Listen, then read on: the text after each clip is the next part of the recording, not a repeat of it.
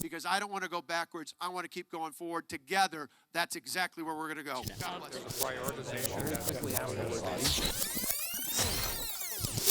I'm Steve Walders. And I'm J.R. Ross. This is WisconsinEye's summary of the news of this week. We got a lot of news, J.R. What, the summer doldrums? I don't think so. Let's start with the governor. Of the 17 Republican candidates, he's the first one to come out with how he would, quote, replace and repeal? Yes, repeal and replace Obamacare. Okay, I've had it backwards. Repeal and replace Obamacare. So he was the first one. Let's look at what he said before we talk about how it played. Some of the provisions.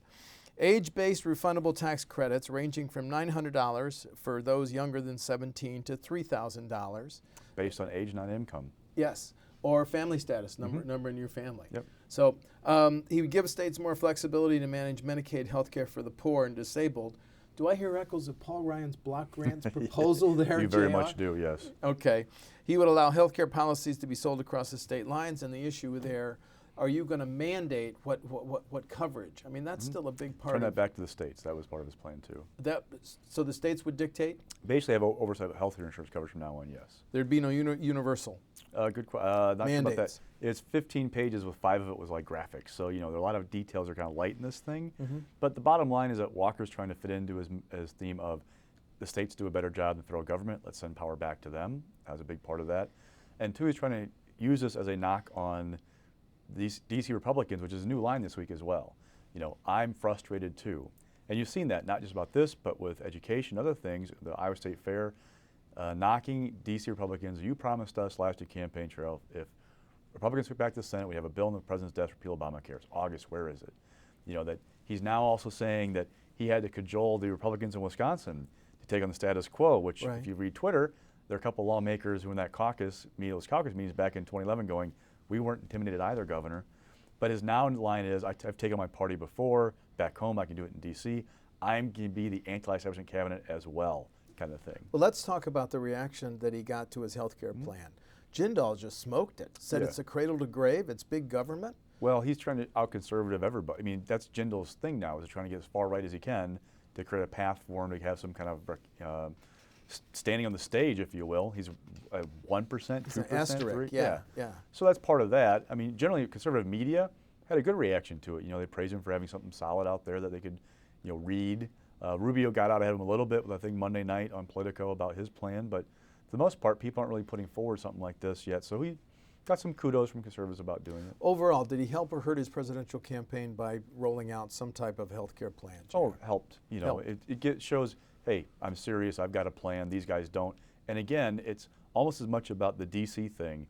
These guys aren't acting, we need action. Talk is fine, talk is not good enough. We need somebody who's gonna act, and I can act. Okay, let's turn to that right now, and let's develop that. You've been mentioning it, but I really want to land on it. What new, and how did he change? Did he sharpen his campaign? I mean, let's start with, did he go, nobody can out-Trump Trump. No. But on immigration, did he try to come pretty close and echo Donald Trump? Now he's saying that there's not much difference between their positions, that he also believes that there should be an end to the birthright citizenship. But that's never going to happen. No. It would take an amendment to the U.S. Constitution. Well, Trump says it might be unconstitutional, which I thought was interesting. An amendment to the Constitution might be unconstitutional. But anyway. Wait a minute. Donald Trump says something I believe in may not be constitutional, and you have our governor kind of saying a weak Me Too? Well, what governor's trying to do is, he had a conference call with his supporters on Monday, and we got some notes from that from somebody who was on the call. Yeah. And what he said basically was, I'm not going after Trump, I'm going after his voters. And if you look at Republicans of the field right now, they are trying to position themselves, okay, they believe at some point Trump is going to crater. Now, we've been saying that for weeks, and he keeps going well, so maybe that's not going to happen. But their belief is there's a segment of the base that is fed up with politics as usual, politicians in general, and they want somebody who's not a politician. That's why you see Trump surging, Ben Carson surging, Carly Fiorina surging. So they position themselves, if you will, to catch those voters when they say, okay, this person may be a great messenger right now, but not the candidate to deliver on these promises. So that's what they're trying to do, is position themselves. If Trump falters, who's going to get Trump's voters? Same with Carson and Fiorina. You guys do politics really well. So I want to back you up and ask this question. Trump is, you use the term surging, but has any national poll put him at more than 30%? Here's my, okay, how much more upside is there? I mean, if he's, okay, everybody's surprised that he's leapfrog to 24, 25, 28%. But the fact that he's never broken 30, does that suggest that maybe that? Oh, yes. There could be a ceiling. And that's the thing, though. If you're talking 17-person field right now, be at 30 is a pretty strong position. The question is, can he expand the base? Yeah. He's doing better in national polls against Hillary Clinton, for example. Right. Before, he was the one who pulled the worst against Hillary Clinton in the field. Now, he's doing okay in some of these polls. So does that mean he's getting some more legitimacy, or people are more comfortable with him? What's going on? But yeah, there's a question of, can he break through beyond the anti-establishment Tea Party type crowd and get to a broader base? That's a good question. But again, with 17 people in the field, at what point does it narrow and people say, okay, my first choice is him, he's gone, I'm going to go to X now? I saw your good story this week on what Walker told his fundraisers. Did he pretty much say, I've got to do something majorly different? He talked about getting more passionate. I mean, and you saw that when the Iowa State Fair with the confrontation, if you will, with a heckler. Yeah. The Walker we know is not somebody, he's talked to us before, turn the other cheek, treat people with respect. At the height of the things in 2011, he says, I treated people well, I didn't take it personally. The guy you saw on the soapbox on Monday was confrontational, finger in your face. I will not be intimidated, sir. This is what happened in Wisconsin. I will not intimidated by you or anybody else. Kind of like, right. He gets it. He's the angry guy. He gets the passion, the frustration, if you will. That was a new tone for Governor Walker. Now the question kind of becomes, can he sustain that and tap into that? Walker's done very well in Wisconsin at having credibility with the Tea Party crowd, the anti-establishment folks, even though he's been in government his entire adult life, essentially. Yeah. He still had a good credibility with them.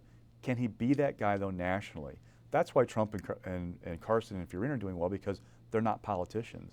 Can Walker, after being in government for 20-plus years, be that candidate? I mean, Rand Paul this week, career politician, I'm not going to listen to that guy, kind of thing. Will that attack kind of evolve if Walker gets his footing Are you again? surprised, though, that now he has expanded, as you said earlier, some of his criticism to his fellow Republicans?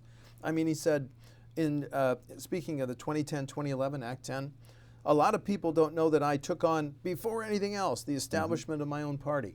This is a new theme for him. And he also said, I'm fed up with Washington, too. Yes. So why has he suddenly saying, well, Mr. Ryan, Mr. Sensenbrenner, 18, 19 terms, people like that? I mean, he's never going to criticize Paul Ryan. So he still talks about Paul Ryan and flipping burgers at McDonald's every time he can. But what he's trying to do is set himself up as, these guys who are surging are not the establishment. I can show you that I'm not the establishment either. I've fought the good fight and won his line again from everything he says, even with my own party, because people within the Republican base, if you look at the polls, are frustrated with Washington, D.C. Mitch McConnell is not a popular person, even with the base right now. It's easy to use him as a foil, if you will, to say, look, I'm not a Washington guy, which, oh, by the way, also differentiates him from Ted Cruz, Rand Paul, Marco Rubio, Jeb Bush is the establishment family name. I'm not one of those guys. I'm one of you, kind of thing. And the other line this week was about how I've lived your life. My family lives like your family does. I am just like you, essentially. I can relate to you where a Jeb Bush, from a long family line of wealth, cannot. And his financial statements document that. Yes. Let's close that segment this way. This final poll, CNN ORC, Trump at 24%, Jeb Bush 13%, Ben Carson 9%, and Scott Walker and Marco Rubio at 8%. So it's single digits. Everything you're seeing is that his numbers are receding. Even in Wisconsin, in the presidential poll, his numbers are receding here and elsewhere. That's an issue for him. New subject. 1 month after our Supreme Court ordered the shutdown of the John Doe probes and the return of all materials, documents, and computers, the GOP leaders in both the Senate and the Assembly now have cleared a package of John Doe reforms that will be acted on in the fall session, right? Yep. Just a matter of what day it comes to the floor, but yeah, they're going to move forward on this stuff. Okay. And let's look at a summary of just a few of the things in that package. It would limit who is subject to the secrecy orders, limited to the judge, DA, or the prosecuting attorney, law enforcement officers, court personnel. There would be a 6-month time limit on John Doe unless, and this is a very unique procedure, you get all the chief administrative judges of all the district court judges to sign off on another 6-month extension. And there's a clause in here, that vote would have to be public. Yes. That's very interesting. And did you watch that Assembly hearing yesterday? I had As the somebody else Democrats go to it. jumped on this? Yeah. It would make the cost of John Doe proceedings subject to open records law. It would limit John Doe jurisdictions to certain felonies and violent crimes.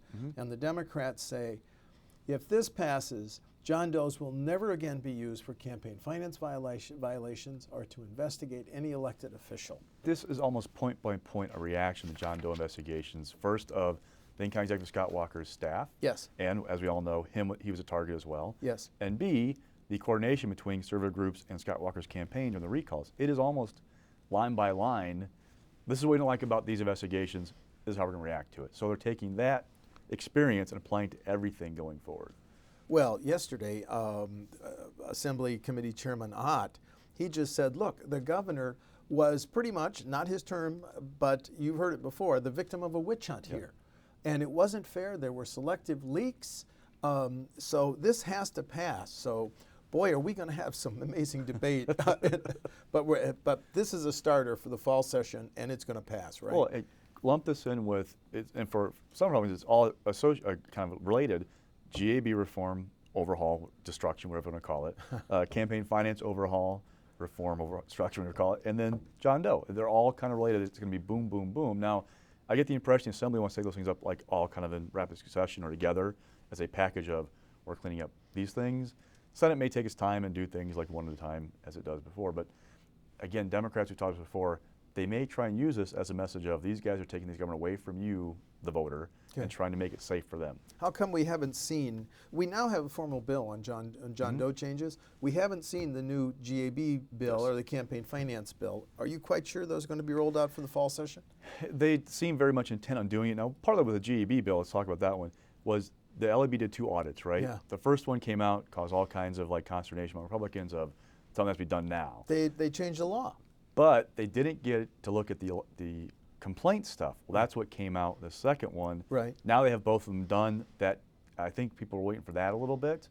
But too, you've got to get both houses on the same page about what's this board going to look like. There can usually be a consensus of the board shall change, but what shall the board look like once they're done with it? Okay, but that audit release yesterday generally said that the board has been responsive. It threw no major flags at GAB. Not at least at the election stuff. On the election stuff. And then Kevin Kennedy said, the fact that we have a new audit showing that we responded and it's working means we're fighting for our life here. Don't scrap us. What was interesting, and I don't think it got a lot of attention, but LAB staff actually sat in on confidential discussions about a few matters during this course of this second audit. Yeah. And they described the scene of the board members having discussions amongst themselves, asking questions of the staff, disagreeing with each other, disagreeing with staff recommendations or opinions or justifications. And that's what Kenny's talking about, that this shows that they're exercising their own judgment. I don't get the impression from Republicans, they feel like, yep, everything's all good now, we can just kind of walk away and let it go as is.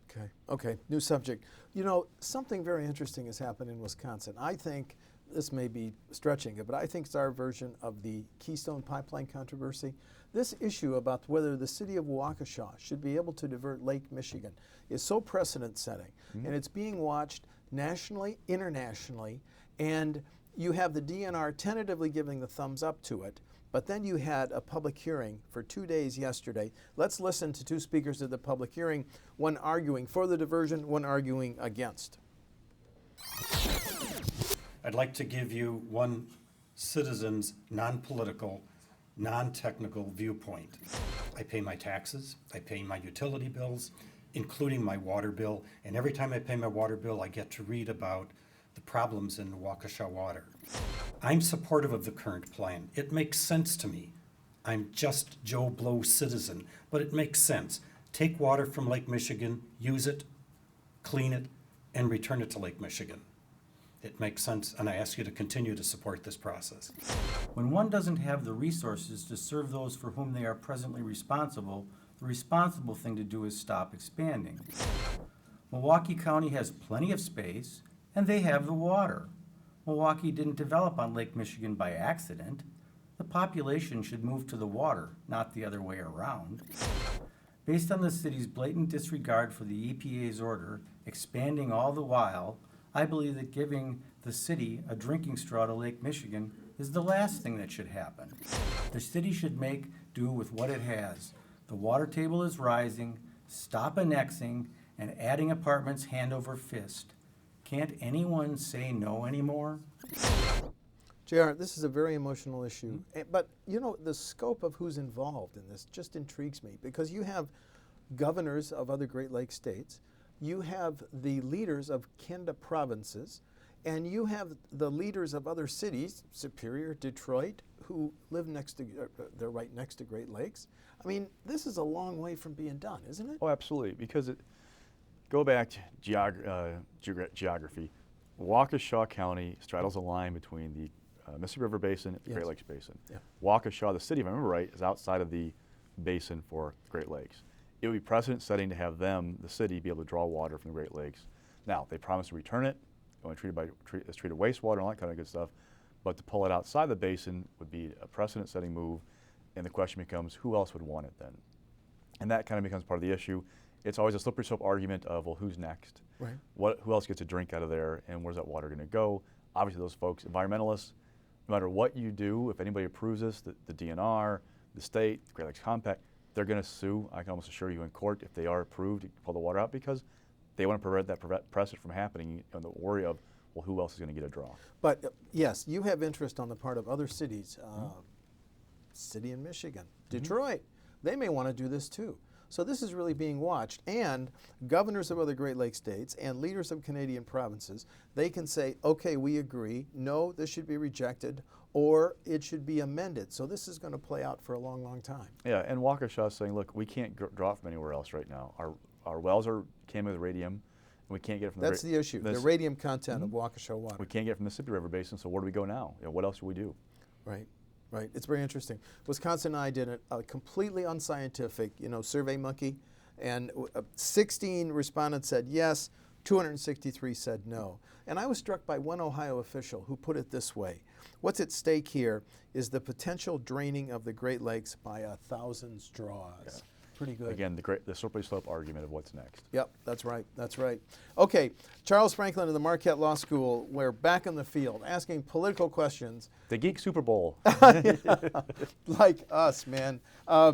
So they asked their first set of political questions since April. I want to go through a few of the highlights and any PSs or any additions, please jump in, okay? Right. First one. When Wisconsin Republicans are independents who lean Republicans, who do you like for president? Cheeseheads, Republican cheeseheads.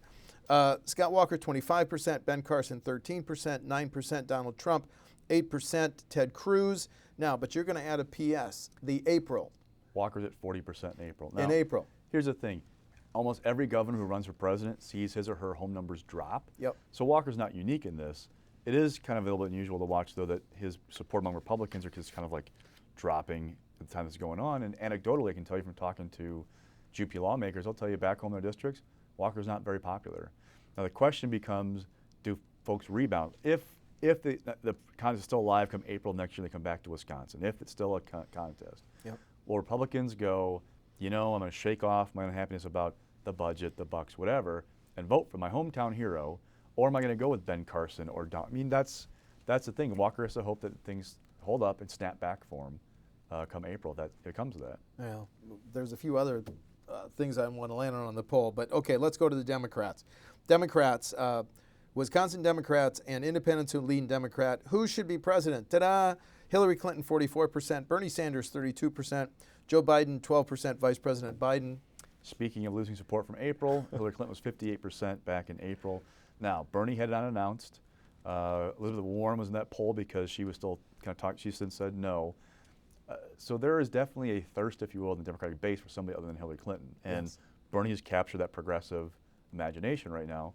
Question, just like with Walker, will that contest be alive come April of next year? Will he have an opportunity for to build upon this support in places like Madison and who knows? But yeah, it's not great for Hillary Clinton that she's dropping in a state like Wisconsin. And you and I both worked at the Democratic State Convention. I was surprised at how aggressive Bernie Sanders, feel the burn, his backers were at the convention. Wisconsin, go back to 2008. I remember when that contest was heating up still with Barack Obama and Hillary Clinton. It's like, oh, Wisconsin should be Hillary land, right? I mean, you've got blue-collar Dems in the northern part of Wisconsin. The state went for her husband twice. This should be her territory. Barack Obama came in and took Wisconsin away from her because he tapped in that progressive vein of the party, which, by the way, has only gotten bigger and more aggressive since 2008 because of the fights over Act 10 and those kinds of things. So there is a real receptive audience will for Bernie Sanders right now in Wisconsin, the Democratic base. And when Charles Franklin asked the 802 people who responded about the coming U.S. Senate race, 2016, Democrat Russ Feingold, 47%, U.S. Senator Ron Johnson, 42%, but there's a lot more to this story. Yes, go back to April again. It was a 16-point spread. Now, when I talked to people back in April about the Marquette poll, even Democrats were like, that's too big a spread. This was happening right after Feingold announced. He hadn't been the public eye for a while, so probably a lot of name ID going into that. So they knew it was going to snap back. Now, the question is, 5 points, is that like an unusual snapback, if you will? It's coming on the tail of a bunch of headlines about Feingold saying, I'm not going to stick to my pledge. I'm not going to stick to my pledge about keeping most money from Wisconsin because it's not realistic in the post-Says United world anymore. Yes. So those things, is that hurting Feingold? Now, it's talking to Dems and Republicans this week, the sheen seems to have come off the Feingold campaign a little bit. He's not just this perfect angel coming down. He is a politician, served 3 terms in the U.S. Senate. He's taking positions that are beneficial to him politically. So there's that. Also in that poll, Ron Johnson, 4.5 years in office, 38%. Don't have an opinion of him. Don't know enough or don't have an opinion. But we also have to say that Feingold's numbers of don't knows, 28%. Yeah, so it's dropped a little bit, but he's not been in office for 4.5 years. Johnson has. Now, freshman senators, hey, it's not uncommon to be out of the public eye, not really be as, a face of the party, if you will, or face of the state. But for Johnson, part of it's a product of not really being here as much as he could have been the first few years. He has ramped up in the last 6 months, I'd say, or so, of doing more events around Wisconsin. You're seeing that more often, more notices of him doing town halls here and that kind of stuff. So that's getting better for him. But he also has the fundamental nature of Wisconsin, a presidential year working against him next year. It's not going to be 2010 all over again. It's going to be likely now, if it goes last couple cycles, a Democratic year, 3 million people turning out. A lot of people that turn out in 2010 are Democrats who are going to come out in 2016. Yeah. We have not seen a Senate race and top of the ticket race go different ways since Feingold in '98, and was it Cole in Feingold in '98, I think it was. Last time that a Dem won one, Republican the other one, right? So that's an issue for Johnson. If the state goes Democratic like he has the last couple of cycles, can he fight that headwind? There are lots of issues for him to deal with, even if Feingold's numbers are kind of tightening up a little bit. Let's keep talking politics just a little bit before we get to some of the other issues in the law school poll. Walker approval rating, you saw the headlines, lowest ever, 39%. 39% disapprove, 57%. How big a deal? Significant because if you go back and look at the history of the Marquette poll, Walker was almost always in the 50s. 48 to 50%, 46 for approval rating, Yeah. and like 44 to 46 for disapproval. And the thought had been for months and months and months that Scott Walker has so locked people in that support will never dip below here and never get above here. Well, all of a sudden now it's cratered below that mark of mid 40s, and it's in the upper 30s. That's not good. It's a reflection of, if you look in the poll again, you be cut. People don't like that. The budget was difficult. The Bucks thing, who knows how that's playing? It was in the poll. He's gone a lot. Yeah. We've seen Scott Walker go to La Crosse, Eau Claire, Wausau, Green Bay, and sell his his vision, his plans, his bills. He's not making trips there right now. He's going to New Hampshire and Iowa. He's in New Hampshire right now, isn't he? Yes, he is. Yeah. Going on a southern swing after that. So people aren't seeing him, and they're kind of, you look at the poll, they're not real happy to run for president. Now that's common for a governor to have that happen, but for Walker it's different because he's been that guy who's always campaigning in the state, even in off years he's campaigning in Wisconsin. Yeah. So Okay, on some other issues in the poll. Between April, the last survey on political issues, and now the August 13-16 window, the bill banning abortions after 20 weeks got passed. 48% support, 44% oppose. Any surprise there? Interesting that's happening in the middle of the Planned Parenthood videos. Is that influence the outcome of that question? That's one to kind of watch and see those numbers percolate up or down. What's interesting there is there's no exemption for rape and incest in that bill. That was thought medical emergencies. That was thought to be an issue. So maybe that means that people aren't really that upset about it. No, kind of something to watch for. And one of the crosstabs in there said, interesting, Protestants and Catholics both supported that. The budget, which is now law, signed into law by Governor Walker, $250 million cut over 2 years to the UW system. Question, would that cut hurt the UW system? 38% of those responding said no. 58% said yes. Is that a live issue for 2016? It must be. Oh, it will be. I mean, Democrats are going to use that of, they cut UW by 250 and they gave the Bucks Arena. Now, some Democrats voted for it as well. Yes. But it's an easy line to use. Oh, by the way, your schools are crediting water. They're going to go on down the line of stuff that Republicans have done. So there's that. Interesting, too, though, that poll also showed that people thought they could absorb the tuition freeze without it impacting educational quality so much. Yeah, So that's true. Also, in between the April and August windows on the poll, the U.S. Supreme Court legalized same-sex marriage, making it the law of the land. How did Wisconsinites feel? 52% support, 40% oppose. But Franklin said that when you go below, there's a big generational gap in support for that. That's very interesting. But that's is that a surprise, 52? not at all. It shows you, again, that this issue has moved dramatically away from Republicans in the last decade. I mean, 2006, we're all talking about that vote on the gay marriage amendment and how it was going to pull out Republicans and help them a great deal. It ended up drawing out Democrat college students in these campuses like Eau Claire, Platteville, that helped Democrats in assembly races, actually. Has Governor Walker stopped talking about a constitutional amendment that would make same-sex marriage on a state-by-state basis? He hasn't really stopped talking about, I mean, he's not like backing away from it, but he's not like the focus of his campaign the last couple of weeks, no. Okay, all right, time for the WisPolitics stock report, rising. So Bernie Sanders, hey, give the guy credit. You know, he's got some fire. Feel the burn, right? That's the thing that people are saying. 32% in that poll. Republicans are almost giddy about the prospect of Bernie Sanders giving Hillary Clinton a hard time because look at the context. She's got all these email server problems, right? Look at the poll a little bit below the surface. Her disapproval rating in Wisconsin was 53% almost. Ooh. She's still beating Walker by 10 points in Wisconsin, still beating Bush by 5 was the closest one I think it was. Now, in the head-to-head, Hillary 52, Walker 42. That's right. So why is she still winning if the people don't like her? That's an interesting question. But yeah, I mean, for Sanders, he had 10,000 people come out in Madison. There's definitely a base for him to tap into here. But again, will the race be alive come April? We'll see. I think the Hillary Clinton people are pretty confident of this will pass and will rebound. The Clintons have second lives constantly, so they're not ready to kind of give up just yet, if you will. I think this was my number one surprise in the law school poll, that Bernie went from, he wasn't even asked about in April, to 32%. Okay, mixed. So property values, they've gone up 2 years in a row, but we're still nowhere close to where we were in 2008. It kind of shows you that the depth of what our homes hit, if you will, in the Great Recession, and now they're slowly getting back. We're not quite there yet. Yeah. I know this is a big passion of yours. Well, it is, and I'm getting ready to do a show on this, so I've got the numbers, JR. I mean, you're absolutely right, and here's what the recent Department of Revenue report showed.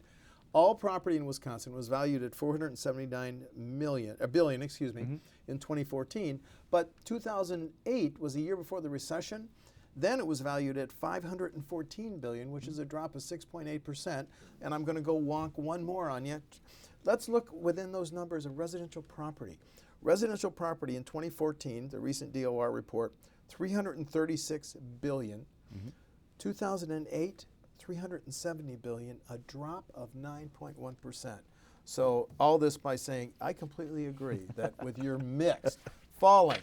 Tim Carpenter, the guy is desperate for a job outside of Madison and cannot find one. He's run now 3 times the office and lost. He ran for Congress in 2004. I forgot about that. Lost a nomination in Gwen Moore.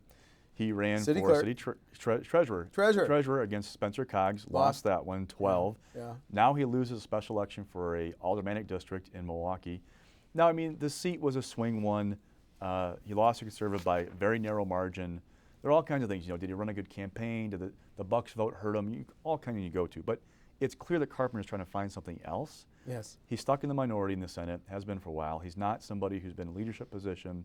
And it's like you can tell he wants to do something else, get rid of the commute, but every time he's tried, he's failed. Now, he could run again in April for that aldermanic district. You go from a special election to a normal term being up, and you get a better turnout. Maybe that helps you a little bit, but you know it's not that great to be a 3-time loser when you're looking for another job outside of Madison. Let's close on one more issue.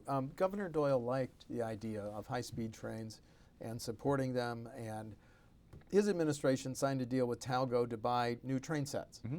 Well, problem then, Governor Walker was elected 2010, shut down, didn't take the federal money to subsidize the high-speed service from Madison to Milwaukee. Canceled the Talgo train order, and to settle a lawsuit this week, the state agreed to pay Talgo $9.7 million. Yeah. That's your money and mine. That is maybe the last twist of the saga of high-speed rail in Wisconsin. I mean, barring some big reversal, right? But think about that whole deal where it was going to be this giant stimulus package, $810 million to spend, Walker campaigned on it. It helped him a great deal. It did. And now this, and it's become a matter of finger pointing. Well, it's Doyle's fault that we got on the hook for this money. Well, Republicans, it was okay to cancel the trains from Madison to Milwaukee, but you cancel the ones from Milwaukee to Chicago. That was a rub. The work had started. We told you it's going to happen. So, it's all about finger fascinating. pointing, placing blame, if you will now. I'm tempted to say all aboard, but we're not going all aboard. I'm Steve Walters. And I'm J.R. Ross. That's Rewind for this week.